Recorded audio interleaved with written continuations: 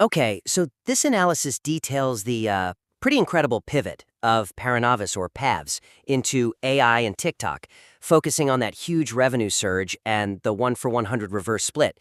The material jumps right in, framing that reverse split as a clean slate moment.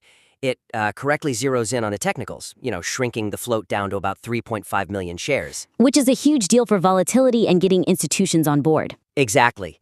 It's a very bullish, very compelling way to open. It is, but I think the structural placement of the reverse split section under clean slate emphasizes the bullish trading narrative, but it risks structurally isolating this transformative action from the company's significant history of dilution. Okay, so you're saying the placement itself is the issue. What's the weakness there specifically? Well, the weakness is that the report details the history of dilution way later in the risk section. And by doing that, it kind of implies the reverse split is this magic wand that just fixes everything. But anyone who's followed this company is immediately going to be skeptical. They know why the float was 350 million shares to begin with. Right, it was from issuing shares to fund operations, over and over. Exactly. And if you don't tackle that history head on, right when you're talking about the split, the risk disclosure later feels more like an obligation than a real integrated analysis. So we need to go deeper than just, hey, the stock price is higher now. The suggestion is to use the split itself as the moment to grapple with those legacy issues. Precisely. The suggestion is to integrate that history of dilution directly into the discussion of the reverse split. It elevates the whole thing from a simple trading commentary to a much more robust dialogue about corporate change. But doesn't that risk, softening the impact of the positive news? You're introducing the bad right alongside the good. I don't think so. Not if you frame it correctly. I actually think it strengthens the turnaround story because it acknowledges how difficult the turnaround really is. Okay, so how would you do that? Instead of just calling it a bullish reset, you could frame it as a necessary but historically fraught mechanism, something they had to do to mitigate that massive share count. Let's get concrete. How could the analysis turn that into a sharp, analytical question? A great example would be to shift the focus from the price mechanics to the governance side of things. The analysis could ask something like, does this reverse split structurally prevent future dilution, or does it just provide a higher price floor for the next round of capital raising? That's a powerful question. It is, because it forces the analysis to tackle long-term corporate governance. It asks if the company's culture has changed, not just its share structure. And that moves the conversation from past problems to future accountability. I like that. Exactly. You establish right away that this turnaround is going to be judged on disciplined governance, not just on flashy revenue numbers. Okay, that's a great bridge. So from managing history to building the future. Let's dig into that AI and TikTok synergy. As I understand it, the core argument is AI content from Blue Line gets monetized by the TikTok infrastructure from Bomi Wuku. Right, and to maximize the significance, and I think more importantly, the believability of that AI component, the analysis needs to move beyond just stating that synergy exists and actually detail the operational workflow that links them.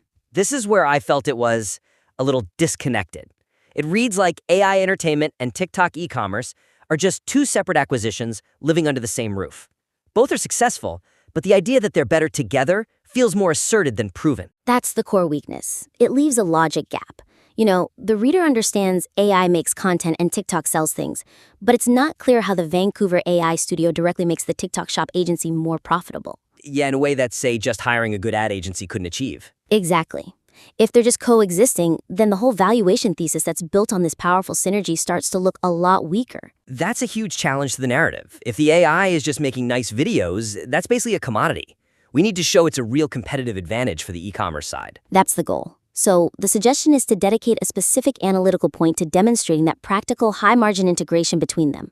That's what turns synergy from a buzzword into an operational reality that actually supports the valuation. We need to see the gears turning. Okay, so show how the AI is a sales driver, not just a content creation tool. What would that look like in the analysis? Can we get specific? Absolutely. The analysis could suggest highlighting that the AI is being used for, say, generating high-conversion short-form video ads, or maybe optimize product descriptions, or listing data that feeds directly into Bomi Wuku's TikTok shop solutions. So the AI isn't just making a video, it's dynamically optimizing the performance of that video for specific clients. Precisely. A concrete example would be to shift the discussion to hard metrics. Instead of a general statement about AI content, the report could ask, is the AI specifically optimizing click-through rates, the CTRs, or conversion rates on these TikTok videos? And if so, how does that efficiency contribute directly to that reported $2.48 million gross profit? Ah, so you link the tech directly to the bottom line. If the AI is lowering customer acquisition costs for their clients, that validates the whole transformation claim. Exactly.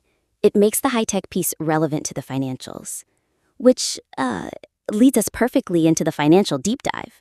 The material provides really strong evidence here. That swing from a $412K loss to a $97K net profit? Yeah, it's a huge swing.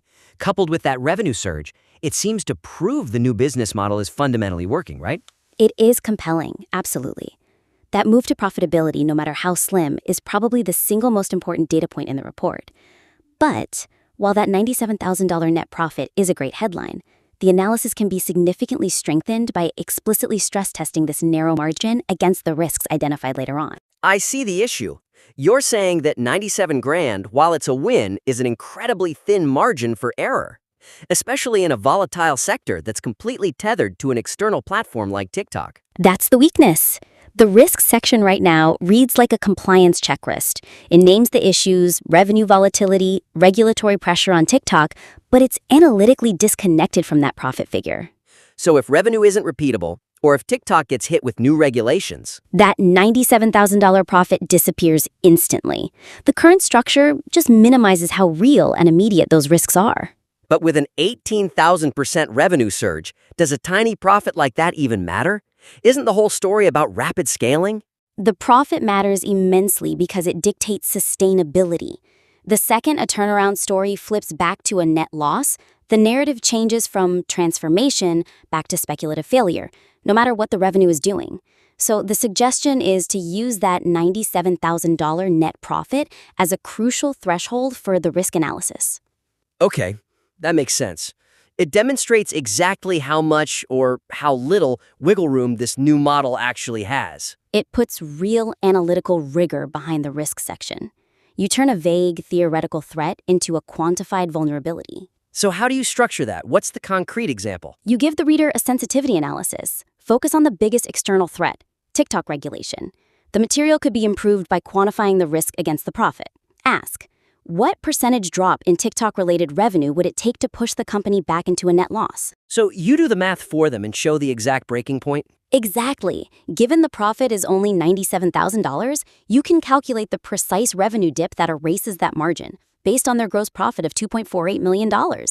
That single calculation shows just how fragile this financial turnaround still is. It forces the reader to acknowledge that, yeah, the turnaround is impressive, but the company is walking on a razor's edge operationally. That's a much higher level of insight. And it validates that the analysts really understand the specific vulnerabilities here. It's a high-risk, high-reward play, and this proves they get it.